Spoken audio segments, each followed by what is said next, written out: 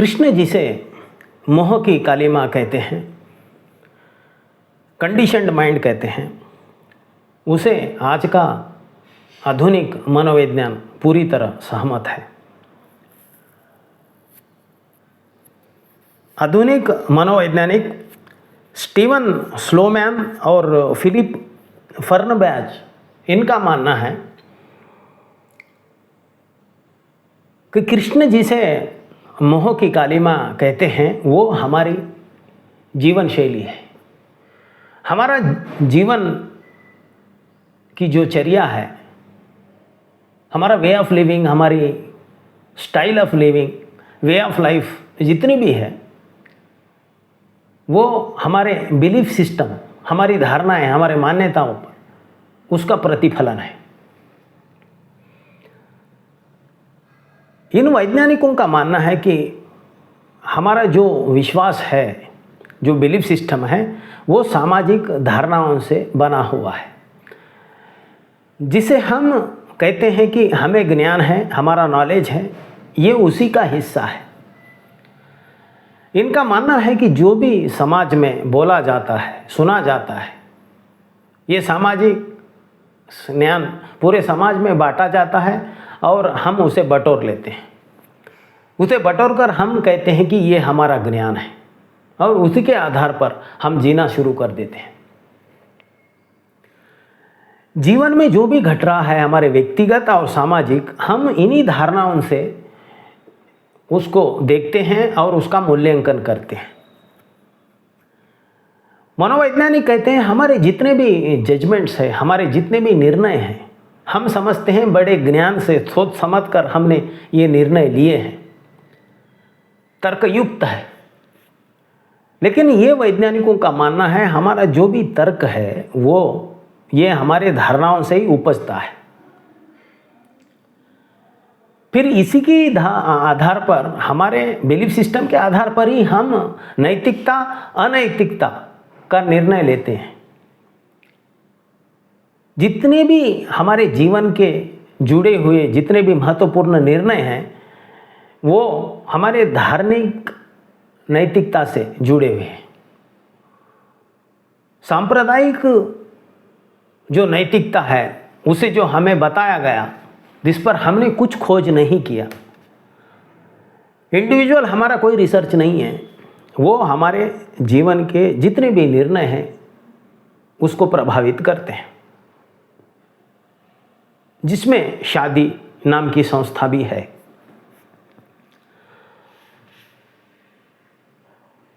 जो पुराने सोसाइटीज थे, प्रिमिटिव सोसाइटी, तब शादी नाम की संस्था का अपना एक महत्व था। तब वो सामाजिक ज़रूरत थी और उसमें एक वैज्ञानिकता भी थी। फिर धीरे धीरे उस संस्था को धर्म के, सांप्रदायिक धर्म के आधार पर एक नैतिक तत्व के नाम से दिया गया, क्योंकि विश्व में ज़्यादातर विश्व सांप्रदायिक धर्मों की मान्यताओं से चलता है, इसलिए शादी प्रथा पूरे विश्व में है। तो इस पर कोई व्यक्ति इस संस्था के बारे में सोचे, ये बहुत कम हुआ है, क्योंकि पूरे जगत में इसको लोग फॉलो करते हैं।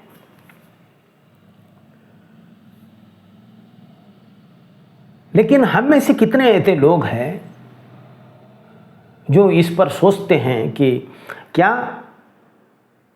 ये संस्था जो पुराने ज़माने में सार्थक थी, आज का जो आधुनिक युग है, आज के आधुनिक के जो डेवलपमेंट हुए हैं, इस समय में क्या ये संस्था सार्थक है? हम ये नहीं सोचते, क्योंकि अब ये सांप्रदायिक धर्म के नाम पर अपने जड़ें मजबूत बना चुकी है। अब इसका परिणाम ये हुआ,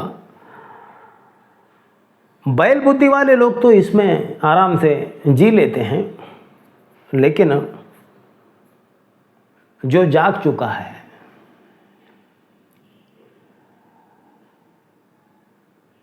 जो अवेयरनेस में जीने की कोशिश कर रहा है, जो अपने स्वभाव में जीना चाहता है, जो अपने पैशंस में जीना चाहता है, उसके लिए ये संस्था एक अभिशाप बन चुकी है। भारत में जब 1800 सदी में ब्रिटिश आए तो उन्होंने इसकी खोज शुरू कर दी, क्योंकि सती प्रथा के नाम पर लाखों औरतों को जला दिया जाता था। क्योंकि ये धर्म के नाम पर आस्था का विषय, नैतिकता का विषय बन चुका था, तो उन्होंने इसमें कोई दखल नहीं दिया। लेकिन ब्रिटिशरों ने इस पर खोज शुरू कर दी, तो उन्होंने पाया कि 10 साल से 20 साल के भीतर के नवयुवक लड़कियां जिंदा जलाए जाते हैं सती प्रथा के नाम पर। तो उन्होंने इसके कारण खोजे। जब इन्होंने उसके कारण खोदने लगे तो उन्होंने पाया कि इसके 2 कारण हैं। एक धार्मिकता के नाम पर भय और प्रलोभन, फिर दूसरा पुरुष की दुष्टता।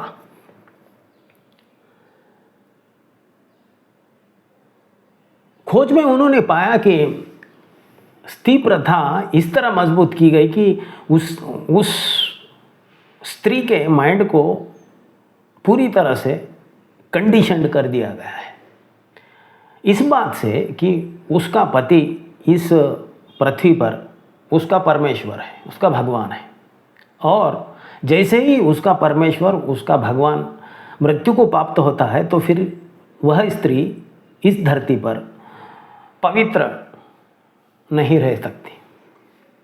दूसरा, जब तक ये पत्नी मृत्यु को स्वीकार न करे, उसका पति स्वर्ग में प्रवेश नहीं कर सकता।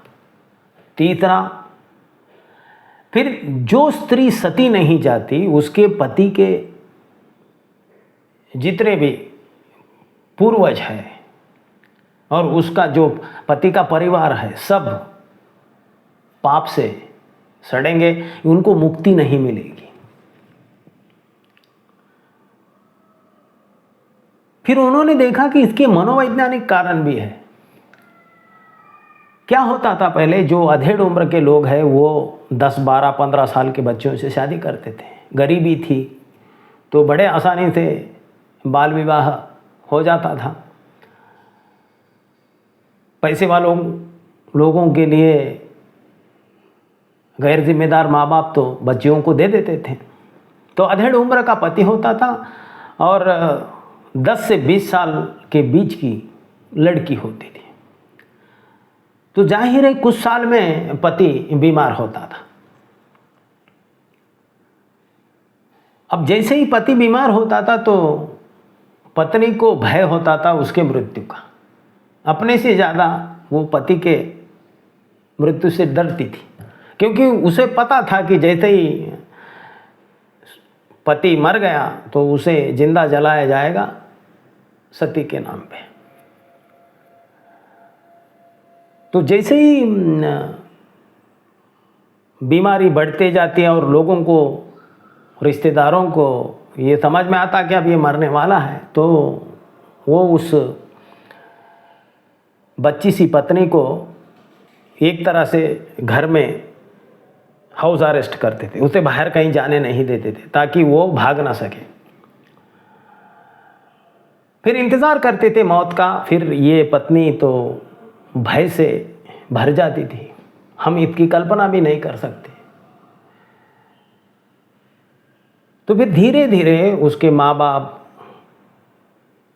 उसके भाई बहन, उसके रिश्तेदार, पति के साइड के रिश्तेदार, फिर सामाजिक ठेकेदार, फिर धर्म के ठेकेदार, ये सब धीरे धीरे जमा होते थे घर में। जैसे ही पति मर गया, फिर वो सब ये पत्नी को कन्विंस करने की कोशिश करते थे, कुछ भय से, कुछ प्रलोभन से। तभी भी ये स्त्री सती जाने को कभी तैयार नहीं होती थी, क्योंकि युवा स्त्री कौन जिंदा जलने को तैयार होता है। तो फिर ये लोग अपनी ज़बरदस्ती की व्यवस्था अमल में लाते थे। जिस तरह लाश को बांधकर लकड़ियों में ले जाया जाता था, उसी तरह इस पत्नी को भी जिंदा उस लकड़ियों पर बांध दिया जाता था। फिर एक लाश और एक जिंदा व्यक्ति की आरती दोनों साथ में जाते थे। जलाते समय लोग अपने हाथ में बड़े बड़े बांबू अपने हाथ में रखते थे। तो फिर बांधकर इस लड़की को उस चिता पर रख दिया जाता था।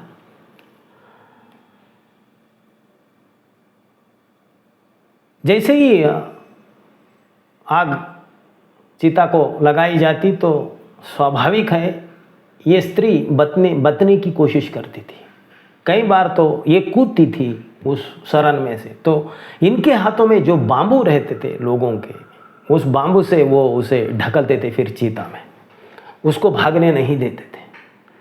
बहुत सी जगह पर ढोल नगारे लगाए जाते थे ताकि इसकी चिल्लाने की आवाज़ फैल ना सके। जैसे ही ये चिल्लाना शुरू करती थी, ढोल नगारे की आवाज़ बढ़ाई जाती थी और इसके खुद के रिश्तेदार, खुद के माँ बाप, खुद के भाई बहन, खुद के मित्र और ये समाज के ठेकेदार सब मिलकर हिंसा के साथ लकड़ियों से उसे ठोसते हुए उस चिता में उस स्त्री को जिंदा जला देते थे। जब इन ब्रिटिश ऑफिसरों ने इसके मानसिक कारण खोजे तो उन्होंने पाया कि एक पति की दुष्टता, क्योंकि अधेड़ उम्र का आदमी शादी करता था तो उसके भीतर एक दुष्ट स्वभाव होता था कि वो नहीं चाहता था कि मरने के बाद उसकी युवा पत्नी किसी और पुरुष के साथ रहे। तो पुरुष के इस दुष्ट स्वभाव ने इस सती प्रथा को जन्म दिया। इतनी दुष्ट मन की कामना से जो व्यक्ति एक स्त्री के साथ सहवास करता था उसे हम पवित्र मानते थे, नैतिक मानते थे, धार्मिक मानते थे। कृष्ण कहते हैं हमारा पूरा जीवन जो चिंता, संताप, टेंशन में गुजर रहा है, ये उसी तरह अग्नि में जल रहा है जिस तरह एक जीवंत स्त्री सती के नाम पर जलती है। तो कृष्ण कह रहे हैं उत्तिष्ठ अर्जुना, उठो अर्जुन, अपने इस कंडीशन्ड माइंड के ऊपर काम करो। सोचो तुम क्या कर रहे हो, सोचो कि तुम किस तरह जी रहे हो। क्या तुम सांप्रदायिक धारणाओं से जी रहे हो या खुद अपने बुद्धि पर काम करके जीवन के वस्तुओं के सच्चाई को जानकर, उनके स्वभाव को जानकर जी रहे हो। सती प्रथा कानून के नाम पर तो बंद हुई, लेकिन आज भी एक स्त्री शादी के नाम पर किसी न किसी प्रकार से जल रही है।